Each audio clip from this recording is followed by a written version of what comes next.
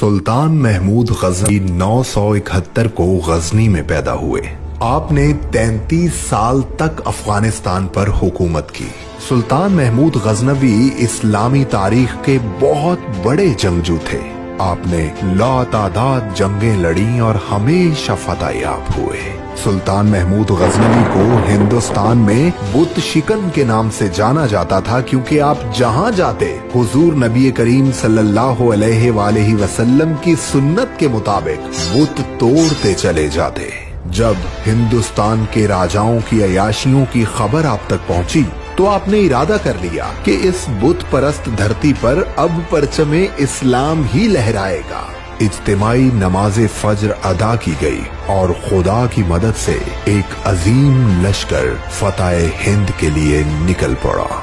उधर हिंदुस्तान के पंडितों ने महमूद गजनवी से निपटने के लिए सोमनाथ के मंदिर को अपना मरकज बना लिया। सोमनाथ हिंदुस्तान का सबसे बड़ा और नाकाबिले तस्खीर मंदिर था, जिसकी खिदमत के लिए 2000 गांव वक्फ थे। 10,000 राजपूतों की फौज हर वक्त सीना सिपर रहती थी। जब महमूद गजनवी सोमनाथ पर हमले के लिए पहुंचे तो हजारों की तादाद में मुकामी बाशिंदे भी अपने मंदिर को बचाने आ गए। दुश्मनों की तादाद मुसलमानों से कई गुना बढ़ गई। महमूद गजनवी के लश्कर को चारों जानिब से घेर लिया गया। हिंदुओं के सिपा सालार ने ललकार कर कहा, ऐ महमूद गजनवी, आज तेरे खात्मे का दिन आन पहुंचा। आपने फरमाया, ओ बदबख्त, जिस दीन की सरबुलंदी के लिए यहाँ पहुँचा हूँ उस पर मेरी 1000 जाने कुर्बान। तू अपने मंदिर की खैर मना। आपने नाराए तकबीर बुलंद किया और दुश्मन पर टूट पड़े।